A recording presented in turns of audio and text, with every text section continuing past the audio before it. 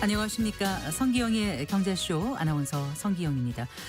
미국과 이란의 무력 충돌 우려가 커지고 있습니다. 지난 19일 트럼프 미국 대통령이 이란 정부를 향해서 앞으로 최대 보름의 시간을 줄 테니 핵협상 테이블로 나오라면서 대화의 메시지를 던지면서도 또 한편으로 공격의 고삐를 바짝 조이고 있는데요. 이란이 벼랑 끝 전술로 버티다 공격을 당할 것인지 전쟁을 피하는 대가로 핵과 미사일을 모두 포기하라는 미국의 요구를 받아들일 것인지 이목이 집중되고 있는 가운데 국제 유가가 변동성이 확대되고 있죠. 잠시 후 지정학적 긴장이 고조되고 있는 이란 사태에 대해서 자세히 짚어보고요. 이란발 리스크가 국제 유가 등에 미치는 영향 등에 대해서 자세히 짚어보겠습니다. 지난 20일 미국 연방대법원이 트럼프의 상호관세 정책은 위법이다라고 판시했는데요. 코스피가 6천선에 다가선 가운데 트럼프 관세 정책의 위법 판결이 국내외 금융시장에 어떤 영향을 미칠지 주간 증시 전망 해보겠습니다. 이 시간 유튜브로도 함께합니다.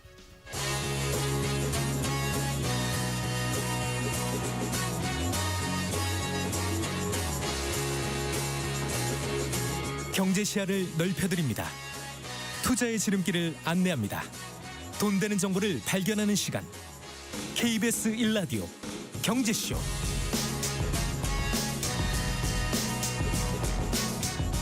먼저 오늘의 주요 경제 뉴스부터 정리해드리겠습니다. 경제 뉴스 브리핑 손석우 경제평론가와 함께합니다. 어서 오십시오. 안녕하세요. 안녕하세요. 자, 오늘 코스피가 상승 마감하긴 했지만 장중 변동성이 아주 컸던 것 같아요. 네, 그렇습니다. 사실 오늘 주식시장은 트럼프 행정부의 상호관세가 위법하다라는 판결을 받은 이 변수를 안고 오늘 딱 개장을 한 거기 때문에 전부터 사실 관심이 상당히 모아졌고 코스피 코스닥 양시장 모두 변동성을 보인 끝에 결과적으로 혼조세로 마감을 했습니다.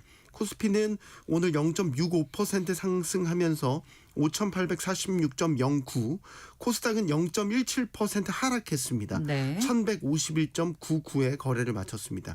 수급을 보면 오늘은 개인이 사고 외국인과 기관이 팔자. 네. 특히 이제 외국인은 1조 원 이상 유가증권 시장에서 매도하는 모습을 보였습니다. 장 초반에는 매우 강한 상승세가 나타났습니다. 2% 넘게 상승폭이 확대되면서 네. 사상 처음으로 5,900선도 돌파하는 모습이었는데 장중에 이제 또 차익 실현 물량이 나오면서 지수 상승폭이 줄어들었고요. 결국 오후에 한때 하락 전환했었습니다. 네. 하지만 또 장 후반에 다시 상승 전환을 했고요. 변동성은 굉장히 말씀드린 대로 이제 파도처럼 큰 흐름을 보였고 결국 이거는 트럼프 행정부의 상호관세가 위법 판결을 받으면서 관세나 또 각 국가 맺은 무역 합의 등의 불확실성이 커진 데 따른 투자 심리가 엇갈린 결과로 보입니다. 삼성전자나 SK하이닉스 오늘 강세로 마감하긴 했지만 역시 장중에 변동성이 컸고요. 네. 관세에 큰 영향을 받은 게 사실 현대차였는데 현대차는 오늘 2%대 일단 강세를 보이면서 네. 관세 위법 판결을 1차적으로 보면 호재로 받아들인 모습입니다.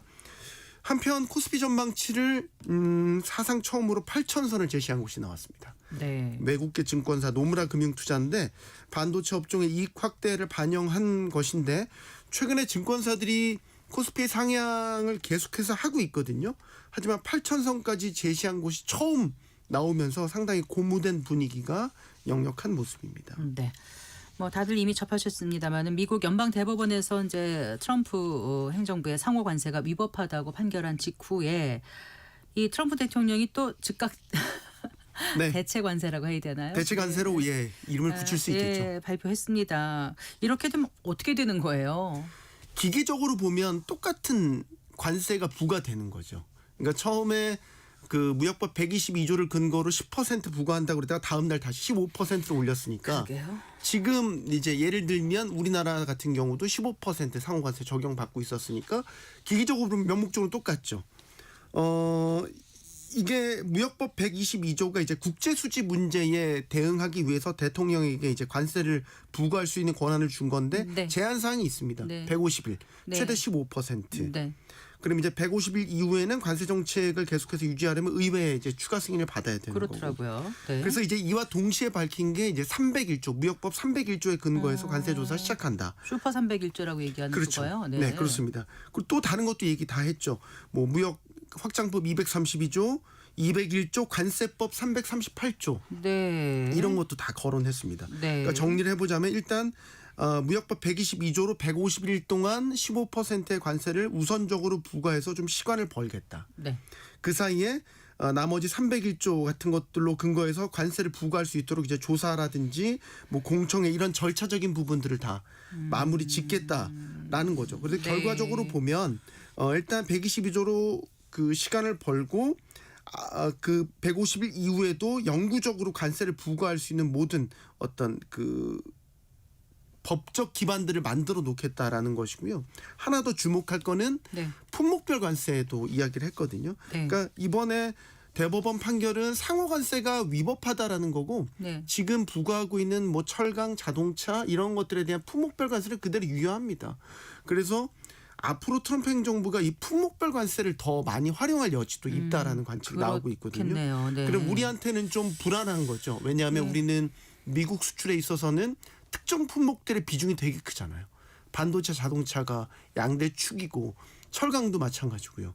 근데 이제 만약에 품목별 관세를 강화하면서 전체 반도체 관세 수입을 유지하려는 전략적으로 만약에 트럼프 행정부가 방향을 전환하게 되면 우리한테는 조금 불편한 상황이 만들어질 수 있겠죠. 네. 어쨌든 대체 수단을 적극적으로 강구하고 있는 상황인데 그럼에도 불구하고 이번에 이제 상호관세가 위법 판결을 받았기 때문에 전체적인 트럼프 행정부의 관세에 대한 정당성은 굉장히 약화될 여지가 커졌고요.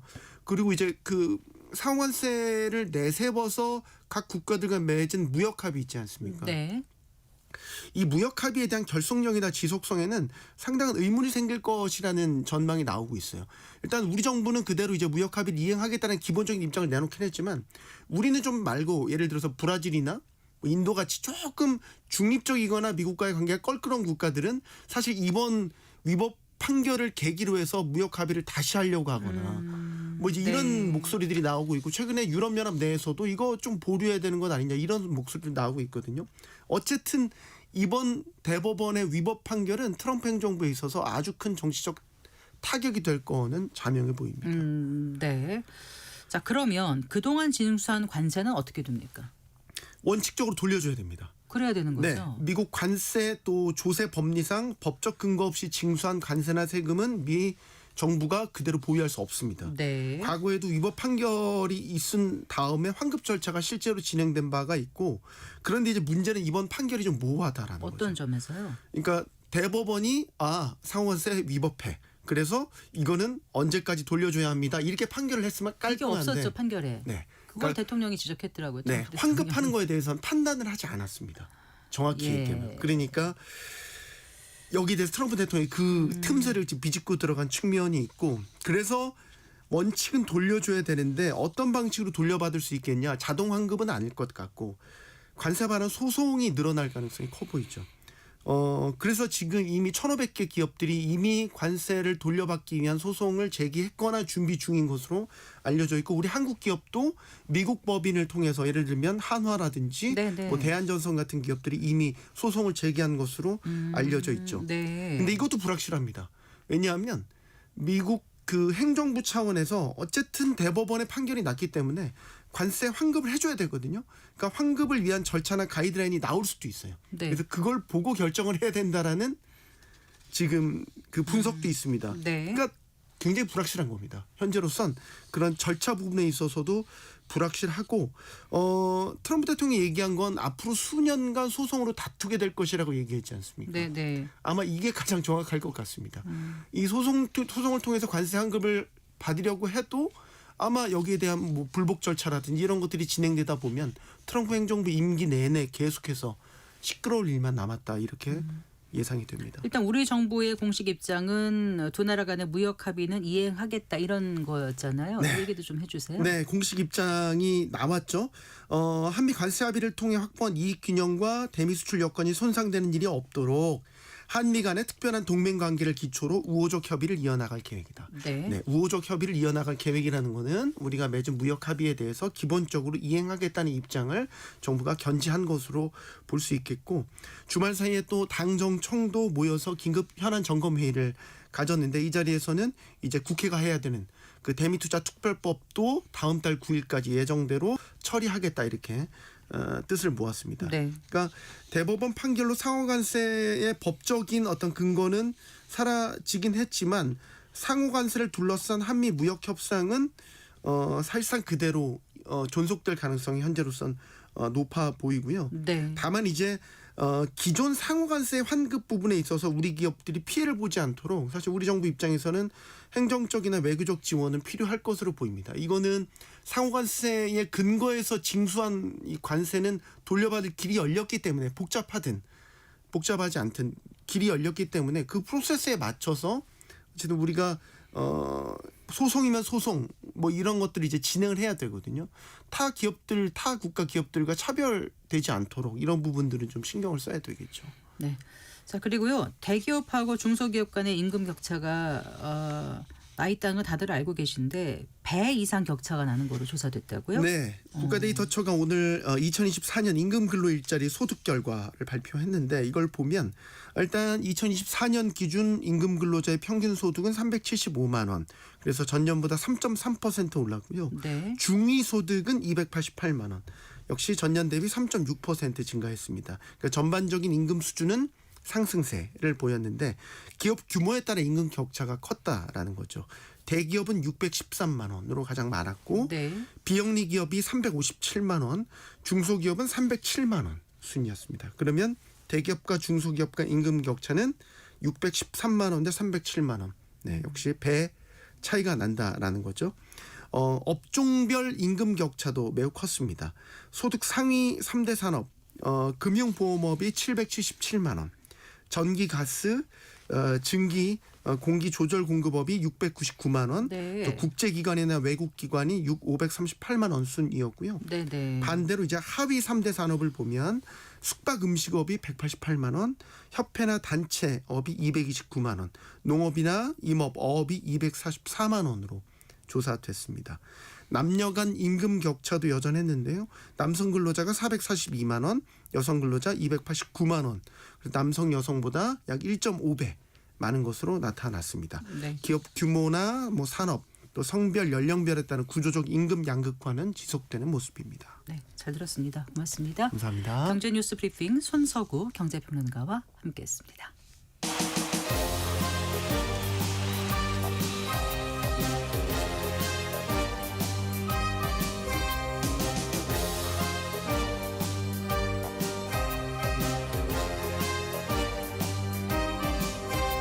경제를 알아야 세상이 읽힙니다.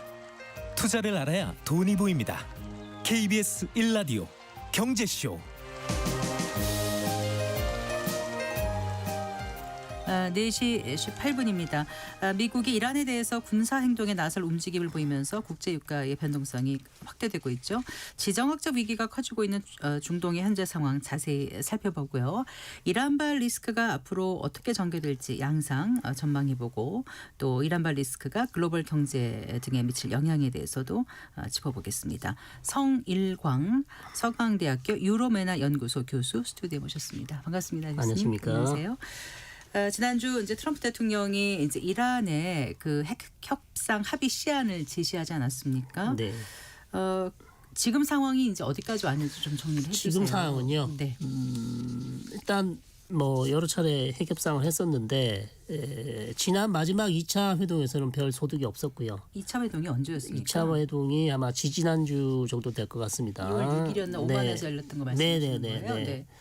그렇게 했었는데 소득이 없었어. 그래서 상당히 위기가 왔었죠. 위기가 왔었는데 지금은 이제 이 마지막으로 진짜 마지막. 네. 뭐 계속해서 마지막이란 말을 계속 제가 하고 있지만 진짜 마지막으로 이제 이란이 어떤 생각을 하고 있는지 네. 어떻게 우라늄 농축을 중단할 것인지 거기에 대해서 구체적인 해법안을 가지고 와라. 네. 그렇게 지금 48시간이니까 내일까지입니다. 내일 국정연설이 있죠. 트럼프 대통령이. 아, 그렇군요. 네. 네. 그래서 내일까지 그걸 가져오면 그걸 보고 네. 목요일입니다.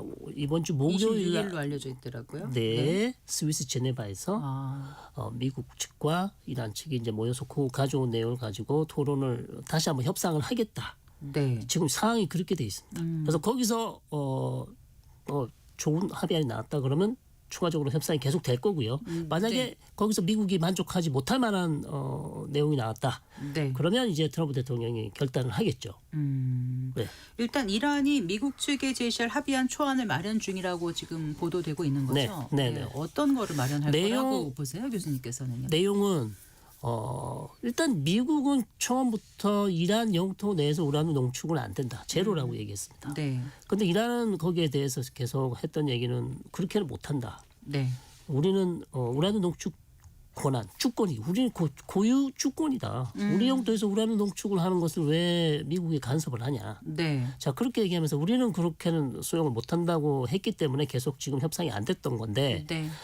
하나의 아이디어가 나왔습니다. 이걸 피해갈 수 있는 아이디어가 그러면 상징적으로 네. 형식적으로 이란 영토에서 아주 조그만 소량의 우라늄을 농축할 수 있도록 미국이 허용해 주자.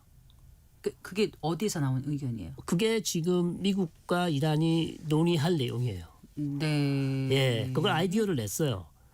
그러니까 왜냐하면 미국은 제로를 원하고 이란은 우라늄 농축을 원하니까 타협점이 없잖아요. 그래서 타협점을 낸 게 그겁니다. 형식적으로는 우라늄 농축을 할 수 있지만 네. 핵무기를 만드는 수준과는 완전히 거리가 멀. 절대 만들 수 없는 수준. 네. 그럼 그 정도의 형식적으로 그래서 병원에 엑스레이 찍는 우라늄 그 정도 방사선 그 정도만은 하게 해주겠다는 거예요. 네. 네. 그럼 그거를 만약에 받아서 가면 요걸 잘 협상을 해서 협상안이 나오면 미국이 네. 이제 이걸 계속 협상을 더 할 거고요. 그런데 이란이 그게 아니고 우리는 그거보다 더 높은 걸 원한다. 예를 들어 3.67%를 원한다. 그러면 저농도 우라늄 농축인데 그러면 원전을 돌릴 수 있는 수준이거든요. 3.67%. 예, 그 정도를 원한다. 네. 그러면 이제 미국 쪽에서는 그걸 못 받는다고 하겠죠. 네. 예, 그런 부분들이 지금 협상이 내용이 될 거고 그다음에 네. 또 하나는 450kg 되는 고농축 우라늄 이미 농축을 한 우라늄이 있습니다. 네. 60%까지 우라늄 농축을 했어요. 네. 이거는 90% 가는데 시간이 얼마 안 걸려요. 그렇죠. 네, 그러면 무기를 만들 수 있는 수준이 되잖아요. 예.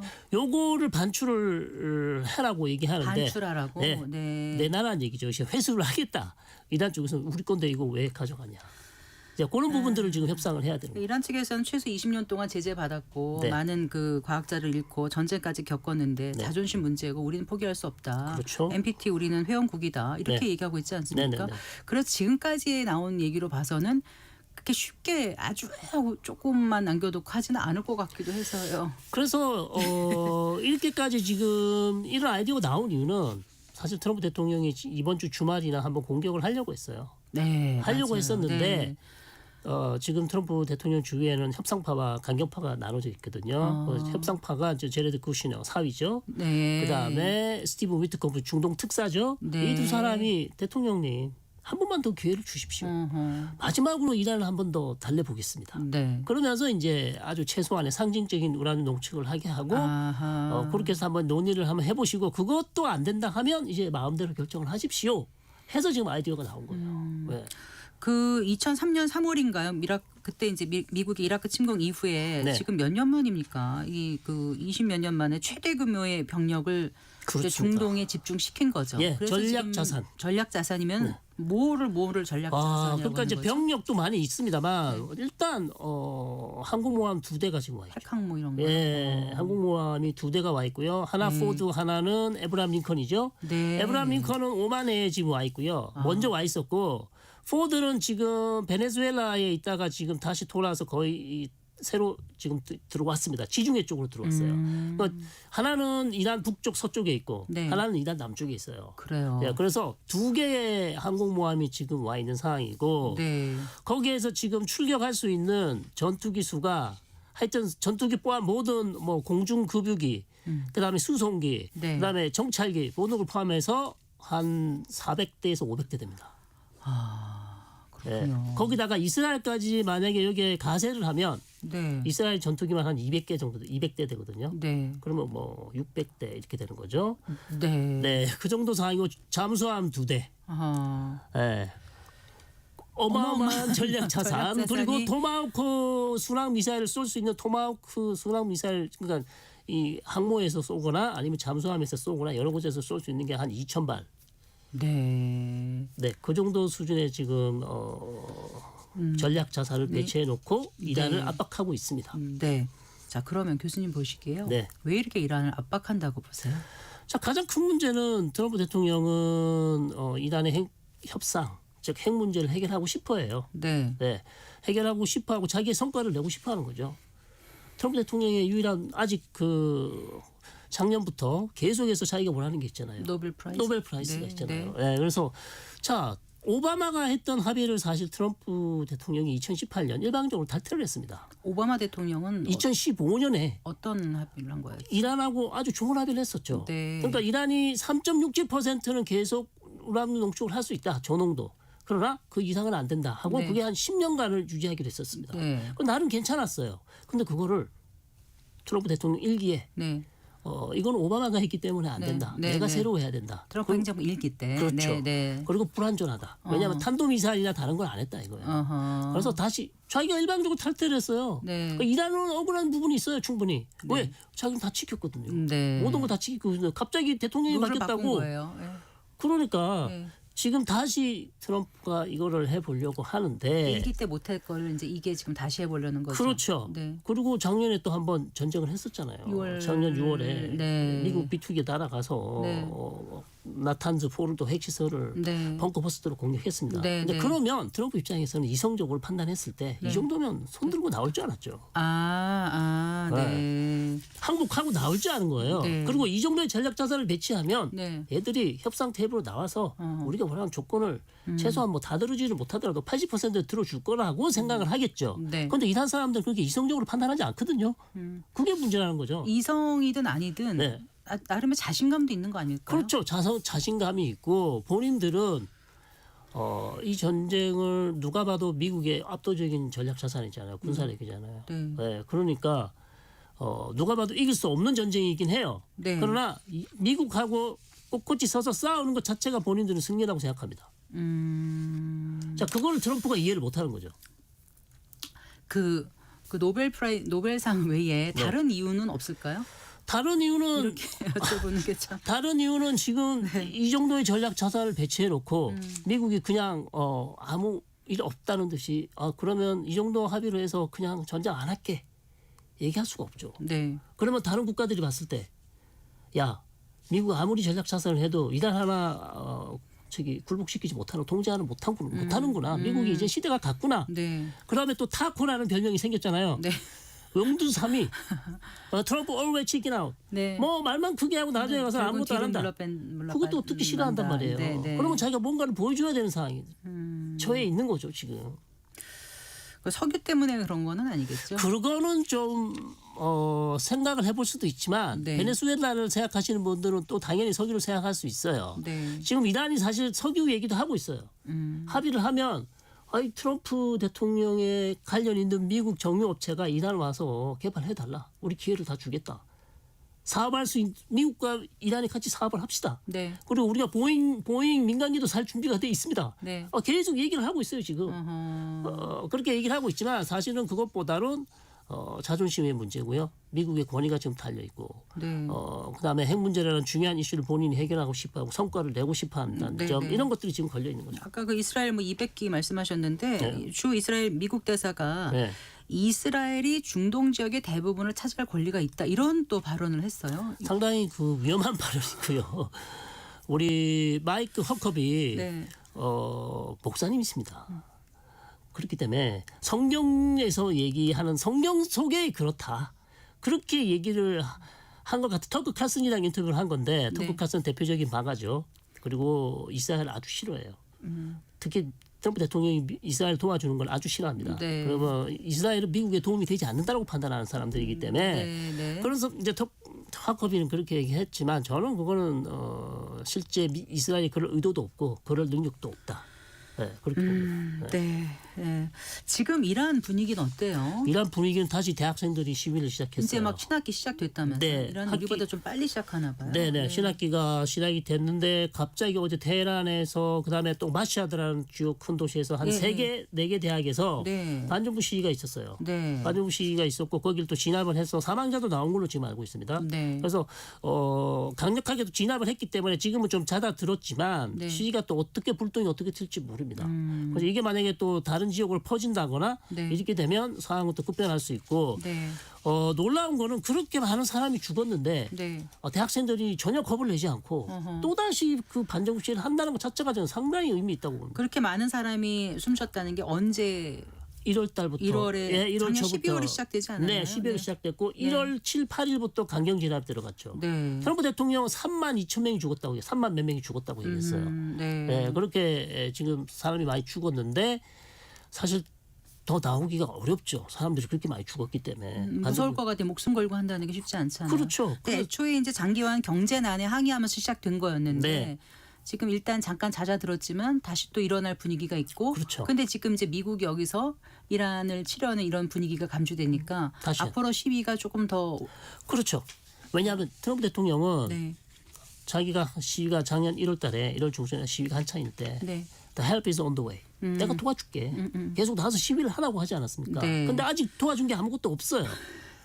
예. 그것도 하나의 지금 자기 발목을 잡았어요, 사실은. 예. 그래서 만약에 트럼프가 공격을 하면 미국 쪽에서 바라는 거는 네. 반정부 시위제를 나와서 시위를 더 해서 예. 그냥 이란 내부에서 정권 교체를 해주면 좋겠다라는 그런 기대감을 가지고 있습니다.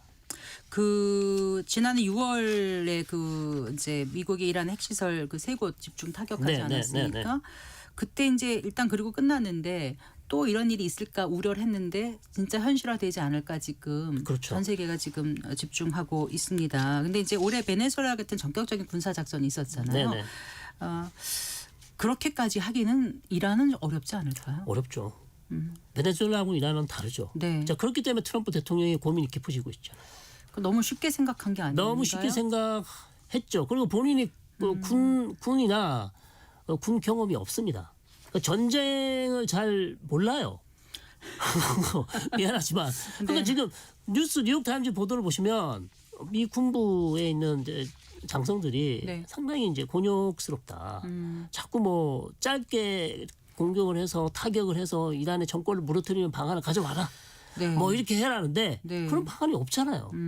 없는 상황에서 전쟁을 잘 모르시는 분이 계속해서 전쟁의 어떤 결과를 좋은 결과를 내달라고 하니까 베네수엘라하고는 전혀 다른 상대 아닌가요? 상대가 완전히 다르죠. 네. 네. 그리고 이란에 공격을 했다가 이게 중동전으로 확대될 수도 있고 여러 가지 문제가 벌어질 여러 가지 수 있을 것 문제가 같아요. 있죠. 어떤 게 예를 들면 예상되세요? 이제 이란 쪽에서는 하는 얘기는 지금 미군이 중동 지역에 4만 명이 지금 파견돼 있습니다. 네. 그러면 주변에 있는 걸프 국가 뭐 까타르나 네. 바레인이나 네. 사우디나 미군이 있는데 거기를 공격하겠다. 미군 기지를 공격하겠다고 했어요. 이미 네. 여러 차례. 자 그렇게 되면 미군의 피해가 없을 수가 없단 말이죠. 그러면 이게 거기서 끝날 수 없는 전쟁이 돼버리지 않습니까? 그렇죠. 네. 그러니까 트럼프 대통령이 말은 우리가 단기전으로 하겠다고 얘기는 할 수 있지만 네. 그 본인 마음대로 단기전이 튼다는 누가 보장할 수 있겠습니까? 그리고 네. 또 그 지역에 대리 세력 네트워크가 많지 않습니까? 많습니다. 네. 이라크에 친이란 민병대 있죠. 네. 그다음에 레바논에 레바논 있는 헤즈볼라 있죠. 예멘의 후티. 예멘에 있는 후티가 있죠. 네. 그러니까 이런 조직들도 참전할 가능성도 있죠. 네. 네. 그리고 지역 전쟁이 될 가능성이 상당히 높습니다. 네. 일단 그 유가에는 어떤 영향을 미칠지 이제 유가는 이게 단기전으로 가면 네. 뭐 한 뭐 20불, 30불, 작년 6월 50불 같은 게 잠깐 그러다가 잠깐 말았죠. 네. 네, 그 정도 올라가겠지만 이게 장기전으로 간다. 상당히 오래 간다. 그러면 뭐 120에서 150. 네. 그 정도까지 지금 예상을 하고 항상 있어요. 지난주만 해도 많이 좀 올랐었지 않습니까? 네. 오늘은 좀 혼조세 보이긴 했는데. 더군다나 이제 호르무즈 해협에 네. 이란이 뭐 기뢰를 놓는다거나 기뢰. 기뢰를 놓는다거나 그러면 이제 유조선이 지나갈 수가 없죠. 선박이 아유, 컨테이너선이 들어갈 수 상선도 없다면 못 가고. 네. 네. 그러면 이제 유가가 뭐 그렇게 120에서 150까지만 올라갈 가능성이 공급망에 있죠. 심각한 타격이 오겠죠. 그쵸. 그게 그럼 전 세계 경제나 또 우리에게 미치는 영향도 적다고 어마어마하죠. 할 수 없잖아요. 네, 우리뿐만 아니라 이건 사실 글로벌 경제의 문제입니다. 왜냐하면 네. 호르무즈가 전 석유의 뭐 70% 이상이 그로 저기 30% 석유가 거기 지나가 원유가 지나가죠. 네. LNG가 20%죠. 우리 한국은 거기에서 한 70% 에너지를 가져오죠. 거기다가 만약에 홍해 지역에 후티까지 가다면서 후티까지 거기 닫아버리면 수혜주를 또 못 지나갈 수도 있어요. 맞아요. 네, 그러면 두 개가 다 갇히게 됩니다. 네. 그러면 상당히 어려워지죠. 네. 그리고요, 이제 미국 내부에서는 이란 타격을 할 때 이런 단순한 유가 이런 문제가 아니라 네. 미국 경제에도 큰 그 영향을 안 미칠 좋죠. 거다 이런 우려의 목소리가 꽤 크다면서요. 여론 조사를 제가 본 것 같은데 거의 절반 이상이 반대합니다. 전쟁을. 네. 절반 이상이 뭐 한 70% 정도가 반대하는 것 같고요. 미국 내에서도 사실 이 문제에 반대가 특히 지금 미국 국내 문제가 심각한 게 많잖아요. 뭐 아이스 문제라든지 네. 그다음 관세 문제 또 대법원 판결도 나왔죠. 네. 그러니까 좀 진퇴양난이에요. 트럼프 대통령은 사실 그러니까 국내 문제. 오히려 돌파구를 다른 쪽에서 찾으려는 혹시 그런 생각을 할 수도 있을까요? 충분히 할 수 있지만 네. 저는 오히려 다른 쪽에 찾다가 더 수력이 빠질 수 있어요. 이게 더 큰 문제가 될 수 있습니다. 전쟁이. 네. 전쟁이 오히려 더. 네. 왜냐하면 전쟁이 시작했다가 미군이 많이 사망한다고 생각해 보십시오. 그다음에 그 책임을 누가 집니까? 그렇죠. 국내 여론 네. 엄청 나빠지죠. 네. 중간 선거 얼마 안 남았잖아요. 그래서 유권자들의 최대 관심사인 경제라든가 생활비 네. 이런 문제로 좀 집중을 하자 이렇게 참모진들도 많이 이렇게 권하고 있는 것 같다 이런 보도도 접하게 되는데 네. 근데 지금 이제 이 만약에 이란이 네. 미국이 원하는 만큼의 협상안을 갖고 나오지 않는다라면 네. 트럼프 대통령도 더 이상 물러날 게 없고 예. 안 할 명분이 없어서 피할 수가 없을 것 같아요. 그냥 전쟁으로 가게 되면 어떡하나 이게 가장 큰 네. 우려사항 아니겠어요? 그렇죠. 그래서 냉정하게 말씀드리면 네, 전쟁이 안 나기를 바라고 있지만 네, 냉정하게 말씀드리면 협상이 실패하잖아요. 그럼 트럼프 대통령이 그냥 아무것도 안 하고 내려올 수가 없어요. 뭐라도 하나 찔러야 됩니다. 짧게라도 하고 내려와야 되는 그런 상황인 게 지금 비극이라는 거죠. 네. 네. 그래요. 그러니까 지금 이게 트럼프 대통령의 의중에 따라서 네. 전쟁이 어떻게 결정이 되는 거고. 전개될지가 네. 결정이 되는 건데 또 한편으로는 이란이 어떤 제안을 하느냐도 중요하죠. 이란이 예를 들어서 조금 더 양보를 한다면 네. 어떻게 타협점을 찾을 수 있을 텐데 만약에 그게 안 된다면 어렵다는 겁니다. 그래요. 네. 우리가 어떻게 해볼 수 없는 영역의 문제잖아요. 그렇습니다. 네. 네. 하지만 우리가 어떤 걸 좀 지켜보고 이럴 경우에 시나리오별로 어떻게 대책을 세워야 된다 이런 말씀을 주시면 그렇습니다. 좋겠습니다. 최악의 경우는 사실 호르무즈 해협은 한 번도 봉쇄된 적은 없습니다. 사실 우리가 매번 뭐 중동 문제가 터질 때마다 얘기는 하지만 한 번도 그런 적은 없지만 한 번도 안 일어났다고 해서 이번에도 안 일어난다는 보장은 없습니다. 네. 네, 그런 부분을 좀 감안하셔야 될 것 같고요. 항상 우리가 얘기하는 게 뭐 똑같은 얘기예요. 최악의 상황을 대비해야 된다. 최악의 상황이라는 것은 호르무즈 해협이 잘못될 것이고 그렇게 되면 네. 우리의 에너지 수급 상황을 점검을 해봐야 되는 것이고요. 네. 그다음에 다른 또 수출 유럽으로 가는 또 컨테이너선을 어떻게 돌릴 것인지 어차피 뭐 아프리카로 돌아가야 되는 다른 방법이 없습니다. 지금 네. 그런 부분들을 생각하셔야 되죠. 알겠습니다. 말씀 잘 들었습니다. 고맙습니다. 네. 성일광 서강대학교 유로메나 연구소 교수와 얘기 나눠봤습니다.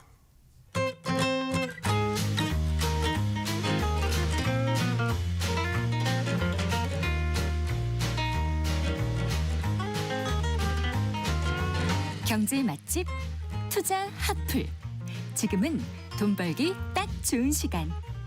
KBS 1라디오 경제쇼.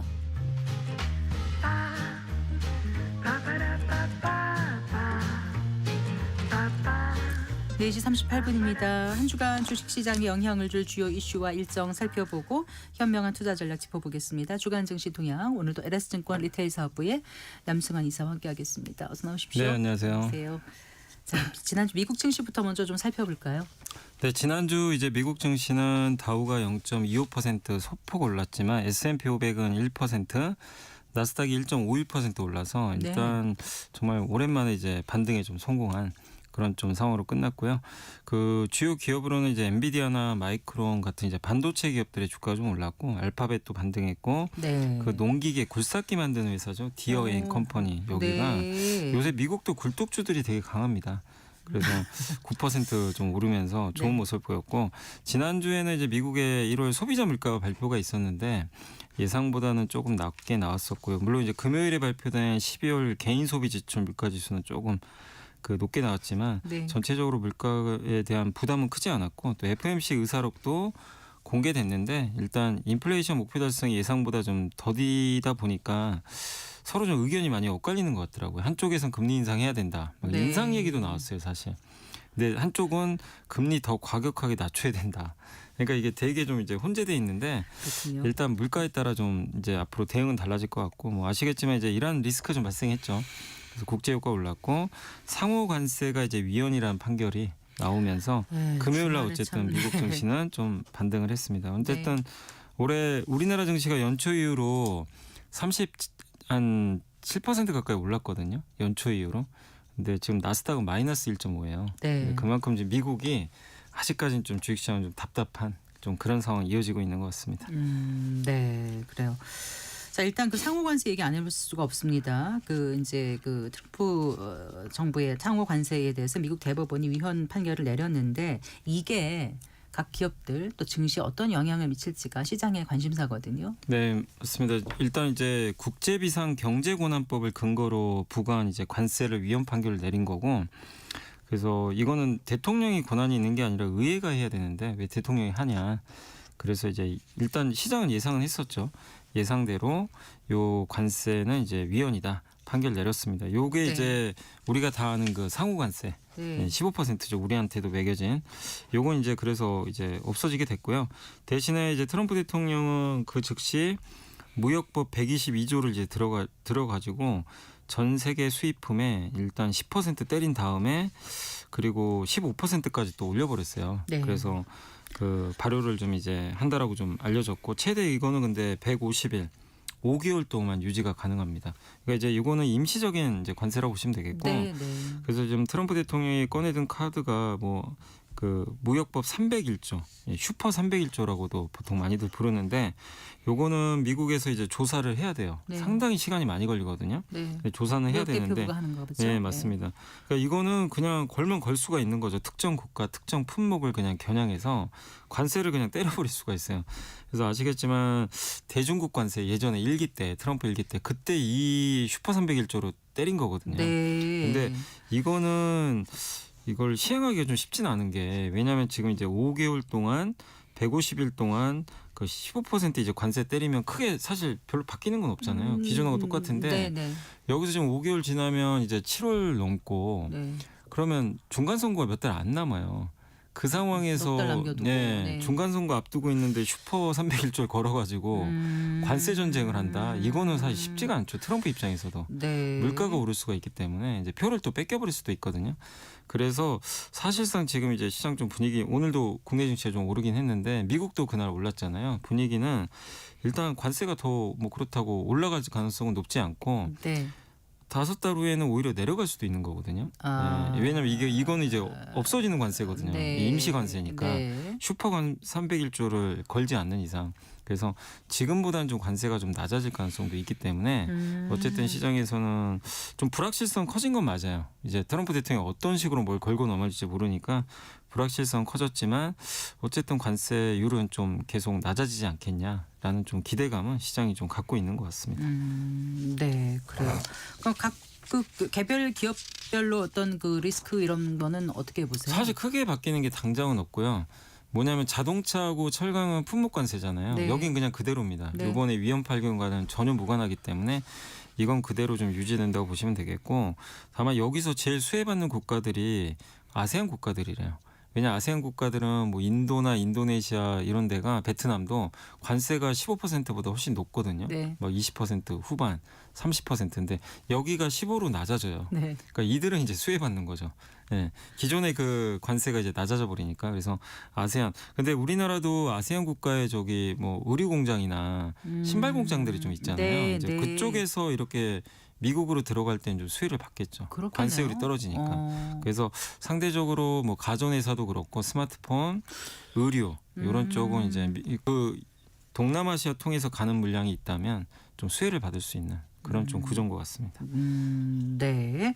아까 그 FOMC 의사록 그 공개된 거 그 얘기 좀 해주실까요? 네, 일단은 사실 이게 되게 혼재돼 있어가지고 기준금리를 지난번에 동결을 했는데 이사 2명은 이제 0.25% 포인트 인하해야 된다. 네. 그러면서 반대를 했었고, 근데 어쨌든 이번에 좀 연준이 너무 분열돼 있어요. 아까 말씀드린 대로 금리 인상은 아무도 얘기 안 할 줄 알았는데 인상을 했다라는 이제 의견이 하나 들어가 있더라고요.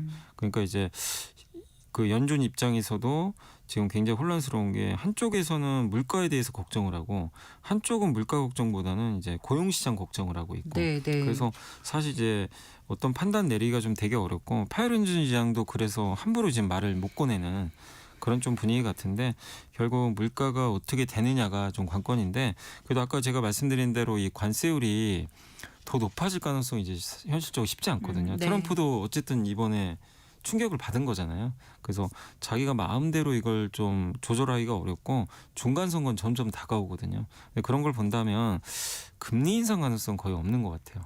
왜냐하면 물가가 튀긴 좀 쉽지 않거든요. 네. 관세를 급격히 올리지 않는 이상. 네.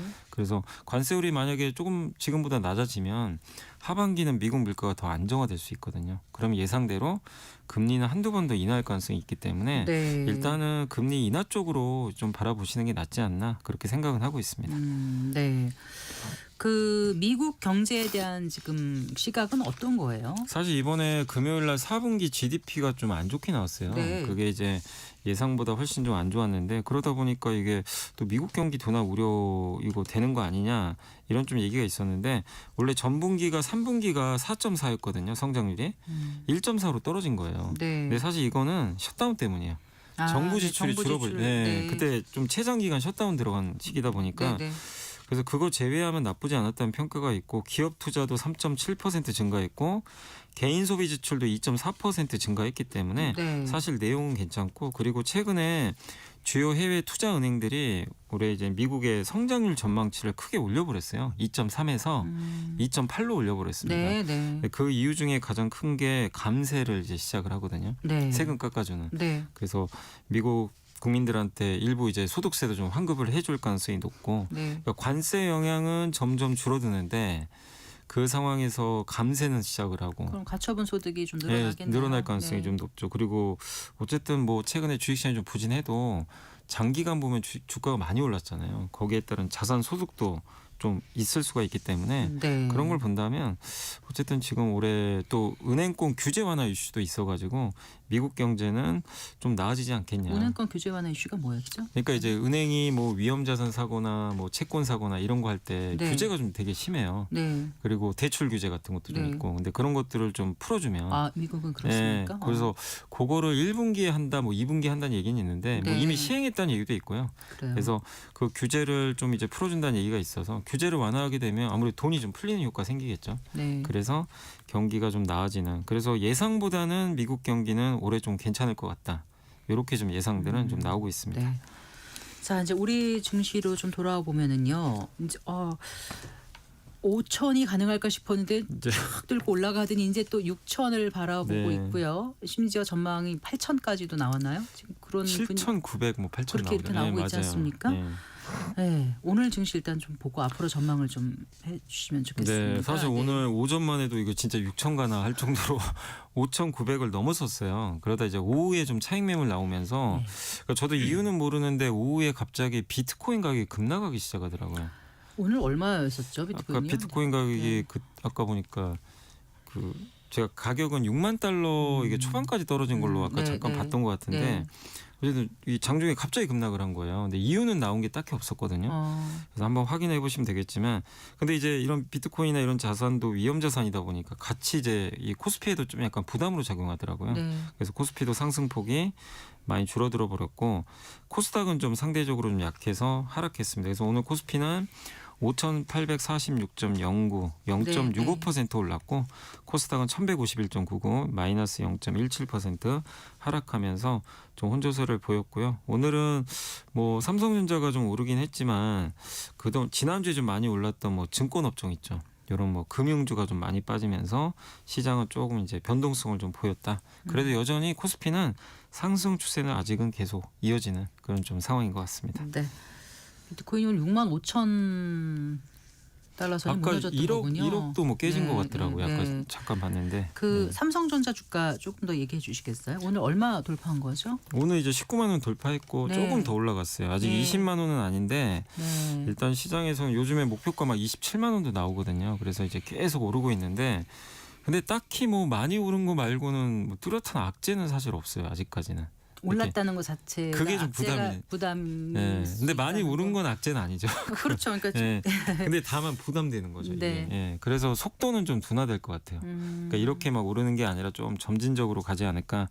근데 주가가 빠지려면 악재가 나와야 되는데 네. 사실 뭐 악재는 없습니다. 이렇게 찾아봐도 삼성전자가 근데 뭔가 빌미만 생기면 빠질 수는 있어요. 근데 사실 워낙 지금 업황이 좋기 때문에 아직까지는 그 이렇게 투자하고 계시거나 이런 분들께서는 여전히 긍정적으로 바라보시는 게 저는 맞지 않나 이렇게 보고 있고 삼성전자가 HBM4도 엔비디아에 이번에 먼저 납품에 성공했다는 얘기도 있었고요. 하이닉스보다. 네. 디램 값도 지금 한 달 새 37%나 올랐고 네. 낸드가 64% 올랐어요. 가격이. 그래요. 예. 그러니까 PC 교체하기가 지금 되게 어렵습니다. 너무 가격이 올라서. 네, 올라서 교체가 어려워요. 거기다 파운드리 있잖아요. 네, 위탁 네. 생산. 네. 요것도 이제 지난해 테슬라 칩 수주 받고 퀄컴 수주 받는다는 얘기도 있고 중국의 빅테크들도 삼성 파운드리에 좀 요청을 하나 봐요. 우리 칩도 좀 만들어 달라. 그래요. 그러니까 예. 이 부분이 좀 안 좋았다가 좀 올해 좀 분기별로는 흑자전환하지 않겠냐 이런 또 얘기도 나옵니다. 그래서 여러 네. 면에서 삼성전자 주가는 좀 부담스럽더라도 네. 아직은 업황이 여전히 좋다. 그래서 20만 원 돌파할 가능성은 시간의 문제지 좀 네. 가능하지 않겠냐라고 생각은 하고 있습니다. 시총이 1,142조. 네. 네요. 네. 그 우선주 합치면 이제 1,200조가 넘습니다. 아 그러네요. 네, 네. 1,200. 그래서 전 세계 14등이라고 합니다. 시총 순위가. 그렇군요. 네. 코스닥도 요즘 분위기가 좀 살아나고 있는 건가요? 네, 뭐 오늘은 좀 빠지긴 했지만 지난 목요일 날 외국인이 하루에 1조를 코스닥을 사버렸거든요. 네, 근데 뭐 아시겠지만 코스닥은 정부 정책 기대감이 좀 워낙 크고 저희 당사에서도 그래도 한 1,400포인트까지는 좀 가지 않겠냐. 에르스증권에서 네, 이렇게 일단 보고 최근에 계세요? 보고서 냈고 네. IBK 투자증권에서도 네. 이게 3년 주기로 코스피를 이긴대요. 코스닥이. 아 그랬나요? 2년 동안 졌어요. 그래서 올해는 좀 이 주기설은 그렇습니다. 네. 그래서 올해 좀 괜찮지 않을까. 그래서 좀 최근에 또 국민연금이 코스닥 비중 확대 네. 좀 할 가능성이 좀 높잖아요. 정부가 좀 지시도 내린 것 같고 그래서 여러 좀 수급적인 이슈. 올해 7월부터는 1,000원 이하 동전주는 또 상장 폐지 들어가요. 네, 그렇더라고요. 네, 그럼 이제 백화점, 그러니까 뭐 이재명 대통령이 백화점에 썩은 물건이 많으면 누가 백화점 가겠냐. 그러니까 이게 좀 그런 거는 질을 좀 개선하자. 네네. 그런 좀 정책이니까 그런 것들이 잘 좀 어우러진다면 코스닥도 레벨업 하지 않겠냐라고 생각은 하고 있습니다. 그 최근 그 유조선 운임이 급등하고 있다면서요? 왜 네. 급등하고 있는 거죠? 이게 중고 성과가 신조 성과를 이기는, 그러니까 앞서는 게 좀 거의 드문데. 네, 네. 아니 신차보다 중고차가 더 비싸는 건 좀 이게 말이 안 되잖아요. 근데 지금 선박 시장이 그게 발생했어요. 원유 운반선이라 그러는데 네. 이게 VLCC 초대형 원유 운반선은 2020년 이후로 운임이 최고치 찍었고 수에즈막스급은 뭐냐면은 저기 수에즈 운하 있죠. 네. 거기 통과하는 크기의 배거든요. VLCC가 very large이라는 뜻이죠. 베리 라즈입니다. 예, 맞습니다. 예. 그래서 이렇게 두 가지 정도로 나뉘는데 여기 수에즈막스급도 최근에 중고 성과와 신조 성과를 추월해 버렸어요. 왜냐하면 지금 유조선 운임이 튀면 해운사 입장에서는 빨리 이거 배가 있으면 운임이 올라가니까 운영하면 되게 좋잖아요. 네, 네. 근데 배가 없어요. 선박. 근데 배는 지금 발주하면 3년 후에 만들어져요. 2년, 3년. 네. 근데 너무 먼 거거든요. 그러니까 지금 당장 있는 중고선이라도 사자. 아, 그래서. 네. 그러니까 이게 네. 지금 유조선 운임이 급등하는데 이유가 베네수엘라, 러시아, 이란 제재를 해버렸어요. 여기 원유 운반선이 전 세계 19%가 운행이 금지됩니다. 네. 공급줄죠. 중국의 잠금 상선이 중고선을 싹쓸이하고 있대요. 아. 그럼 이게 그렇군요. 물량이 없는 거예요, 지금. 네. 그래서 우리나라 입장에서는 이제 보면 원유 운반선 일부 운영하는 페노션 같은 해운사도 좋고 원유 운반선 제조하는 대한조선 네. 이런 기업들이 요 수혜를 좀 받을 수 있어서 실제 좀 주가도 좀 상당히 좋았던 것 같습니다. 자, 이번 주 어떤 증시 일정 눈여겨보면 도움이 될까요? 네, 일단 내일 그 트럼프 2기에서 이제 첫 국정연설이 있대요. 트럼프 대통령이 네. 국정연설을 이제 하니까 관세나 여러 얘기를 할 것 같아요. 되게 중요한 내용도 나올 것 같아서 주목을 하셔야 될 것 같고 2월 25일은 엔비디아 실적 발표 있습니다. 네. 뭐 너무 중요하고 갤럭시 S26이 이제 공개가 됩니다. 네, 그래서 새롭게 좀 나오니까 보시고 목요일은 한국은행 금통이 열리니까 참고하시면 되겠습니다. 네, 잘 들었습니다. 고맙습니다. 네, 감사합니다. LS증권 리테일 사업부의 염승환 이사와 함께했습니다. 마칠 시간입니다. 성기영의 경제쇼 오늘 순서 여기까지입니다. 아나운서 성기영이었습니다. 고맙습니다.